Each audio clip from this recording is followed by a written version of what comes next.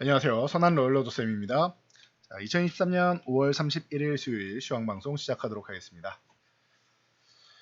자, 다우지수 바닥권에서 이제 반등 시작했다라고 말씀드렸습니다. 요 32,800 이 박스권 하단에서 반등 시작했다.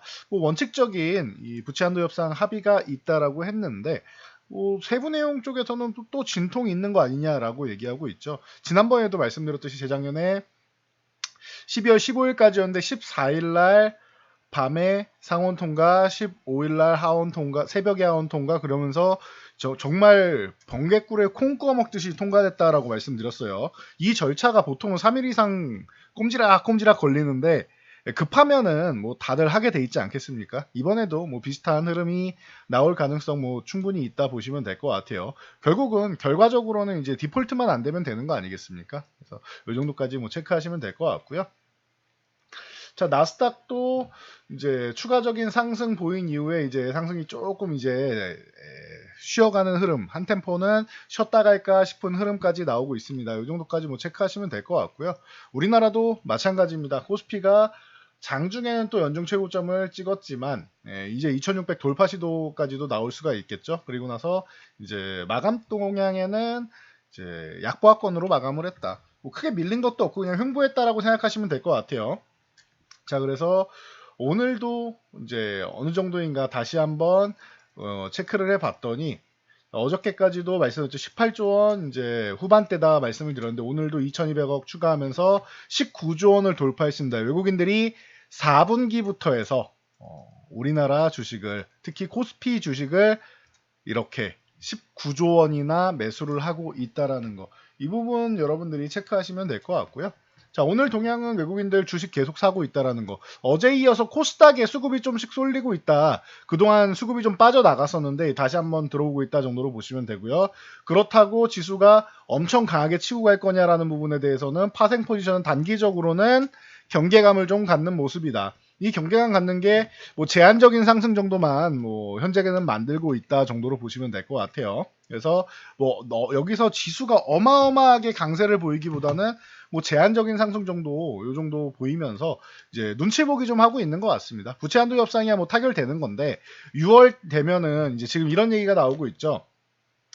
금리 인상하는 부분이 이제 5월까지 하고 끝날 거냐 아니면은 고용도 양호하고 한데 여기서 마지막으로 한 번만 더 올릴 거냐 이거 지금 얘기가 나오고 있죠. 그러다 보니까 약간은 경계감을 갖는 모습이 있다. 요 정도까지 체크하시면 될 것 같아요. 자, 코스닥은 이제 조금 올랐죠. 0.64% 상승을 했는데 코스닥은 이제 바닥권에서 이제 회복하고 이제 막 움직이는 거니까 조금 올라왔다. 뭐 크게 움직인 거 아니니까 이것도 최근에 보면 그냥 횡보했다라고 볼 수 있겠죠. 코스피 코스닥 오늘 모두 횡보했다 정도로 보시면 될 것 같고요. 자, 삼성전자 한 72,500원 건드려주고 돌파 시도한 다음에 음봉 정도 나왔다. 이렇게 살짝 쉬었다. 7만원 흔들기 나와도 괜찮다라고 말씀드렸는데 그냥 숨고르기 한번 한 정도다라고 보시면 될 것 같아요. 자, SK하이닉스도 마찬가지입니다. 11만원 돌파해서 요 11만 5천원 구간 넘는지 중요하다 말씀을 드렸는데 이 아래서 쉴 거냐 위에서 쉴 거냐인데 아직까지는 결론 지을 수는 없지만 아직은 이 아래쪽에 있다. 그리고 단기적으로 좀 빠르게 올라왔으니까 언제 쉬어도 쉬긴 쉬어야 됩니다. 참고하시면 될 것 같고요. 자, 오늘 뭐 한탑이나 뭐 이런 종목들이 좀 움직였는데 제가 식량 관련주, 곡물 관련주들 움직이면은 그날은 지수가 조금 쉴 수 있다라고 말씀드렸죠.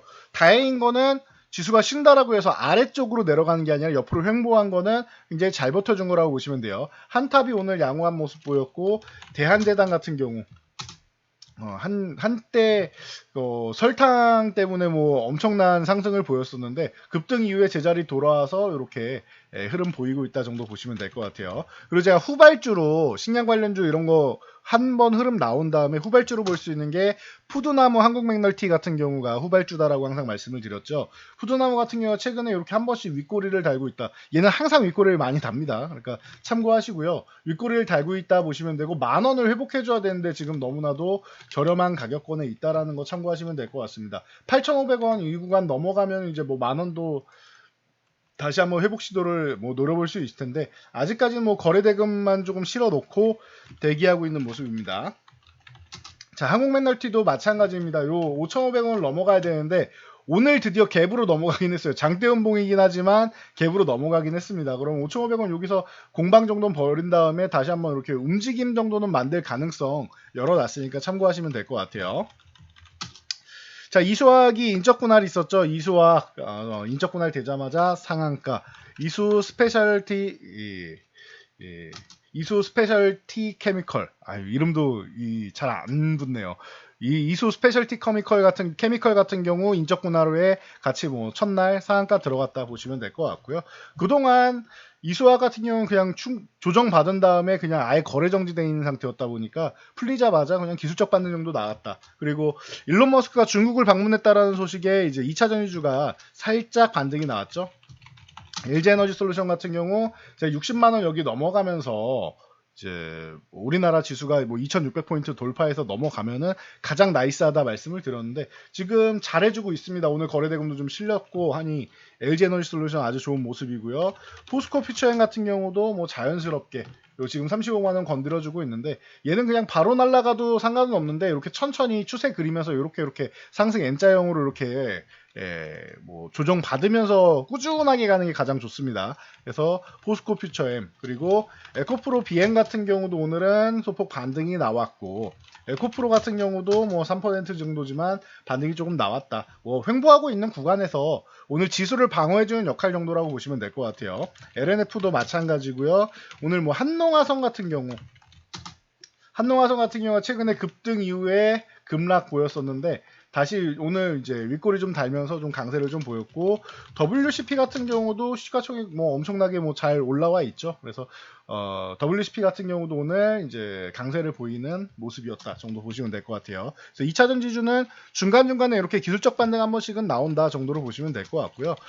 엔비디아가 이제 컴텍스 타이베이 2023에서 차세대 자율주행 로봇 플랫폼 공개했다라고 하죠. 그래서 뭐 세코닉스 같은 경우가 뭐 여기저기 얽히면서 이제 고점을 돌파하는 모습 보이고 있습니다. 7,500원가 지난번에 한번 저항받았었는데 넘어가는 모습이고요. 뭐 MDS 테크라던가 이런 종목들이 좀 움직이기 시작했다라는 거. 근데 MD스테크는 최근에 음봉 연속이라서 약간 불안정하긴 한데 요 3,000원 구간 넘어가면 그래도 한 번 정도는 계속 두들기고 있다 보니까 여기 한 번 정도는 움직일 수 있다. 이 연속 음봉이니까 이렇게 한 번 쉬었다가 돌파하는 게 조금 더 안정적으로 보이긴 합니다. 참고하시고요. 힘스 어저께 말씀드렸었죠. 현대차가 제네시스 공급사에 삼성 디스플레이 선정했습니다. 그래서 힘스가 삼성 디스플레이 이제 뭐 공급한다라고 어제 계약이 나왔었는데 그래서 상한가 이후에 오늘 급등 흐름 한번 보이고 윗골이 쭈르륵 달았네요. 자, 그리고 제이스텍 같은 경우가 아직 안 올랐네요라고 하면서 OLED 관련주 말씀드렸었는데 바닥권에서 이렇게 이중 바닥 찍고 올라갈 수 있습니다 했는데 살살 움직이기 시작하고요. 얘는 9,000원을 넘어가야지 제대로 움직입니다. V원텍 같은 경우도 오늘 이 소식에 의해서 최근 추세적으로 쭉 올라오다가 한번 멋진 모습 보였고요. 피롭틱스 같은 경우도 최근에 뭐 공급 계약권 얘기 나오고 있었는데 오늘 12,000원 저항 두들기고 내려온 거 이게 아주 의미가 있습니다. 양봉으로 끝나지 못해서 아쉽다라고 생각할 수 있는데 이게 어떤 모양이냐면요. 올라와서 건드리고 조정까지 한 번에 받는 모습이에요. 그럼 여기서 기간 조정만 조금 받으면 되겠죠. 그래서 피로틱스는 오히려 이게 모양이 나쁘지 않아요. 양호한 모양이다 정도로 보시면 될 것 같습니다. 자, 그래서 5월을 마무리하는 날이었는데요. 자, 5월 마무리까지 이 무치한도 협상이 완벽하게 타결되지 않아서 불안해하실 수 있는데 불안해할 필요 없다라고 말씀드렸습니다. 내일까지는 이제 시간이 열려 있으니까 미국은 이제 시작 아니겠습니까? 그러면은 이제 하루의 시간이 남아 있고 6월 1일까지니까 뭐 얘네도 뭐 하루 반나절 정도면은 충분히 이제 합의에 도출하는 과정을 만들어낼 거라고 봅니다. 그러니까 걱정하실 필요가 없고요. 그리고 6월 되면은 아까 말씀드렸듯이 금리 인상을 한 번 더 할 거냐 말 거냐 이거에 대해서 얘기가 계속 좀 나올 수가 있어요. 그래서 어느 쪽으로 좀 치우치냐 이런 부분에 대해서는 이제 뭐 지표를 조금 보면 되겠죠. 근데 뭐 6월에는 인상 안 하는 방향으로 지금 흘러가고 있었는데 일부 의견이 나오고 있다 정도까지만 알고 계시면 될 것 같습니다. 이 상황은 6월 중순 정도면 해결이 되는 거니까 못해도 6월 중순에서 중하순 정도, 둘째 주에서 셋째 주 정도 지나면은 그러면은 이제 다 해결되는 거고 방향은 위쪽 방향으로 돌려 세웠다라고 했습니다. 코스피는 방향 자체가 위로 돌려 세웠죠. 이거를 지금 5월이 마무리되었으니까 월봉으로만 봐도 지금 그동안 2500포인트 구간에서 못 올라갔었는데 이제 돌파해내는 모습이잖아요. 나쁘지 않단 말이에요. 그러니까 여러분들 요 정도 참고하시고요. 코스닥 같은 경우는 최근에 바짝 올라온 다음에 그냥 휴식 취하는 정도였다. 윗꼬리 아랫꼬리 이러면서 거의 횡보하다시피 하고 있죠. 그래서 휴식을 취하는 정도였다 정도로 보시면 돼요. 그래서 코스닥은 지금 봐도 기간 조정이 살짝 필요하겠죠. 단기적으로 3연속 양봉 나오고 했으니까. 그래서 기간 조정 정도는 받을 수 있다 정도로 여러분들이 체크하시면서 너무 걱정하지 마시고 좀 편안하게 또 6월 맞이하시면 될 것 같습니다. 전 여기까지 말씀드리고 물러가도록 하겠습니다. 영상이 도움되셨다면 여러분들 주변 분들께도 저희 채널 추천 한번 부탁드리고요. 영상 잘 참고해서 모두 안전 투자하시기 바랍니다. 좋아요와 구독 하나씩 남겨주시면 감사드릴게요.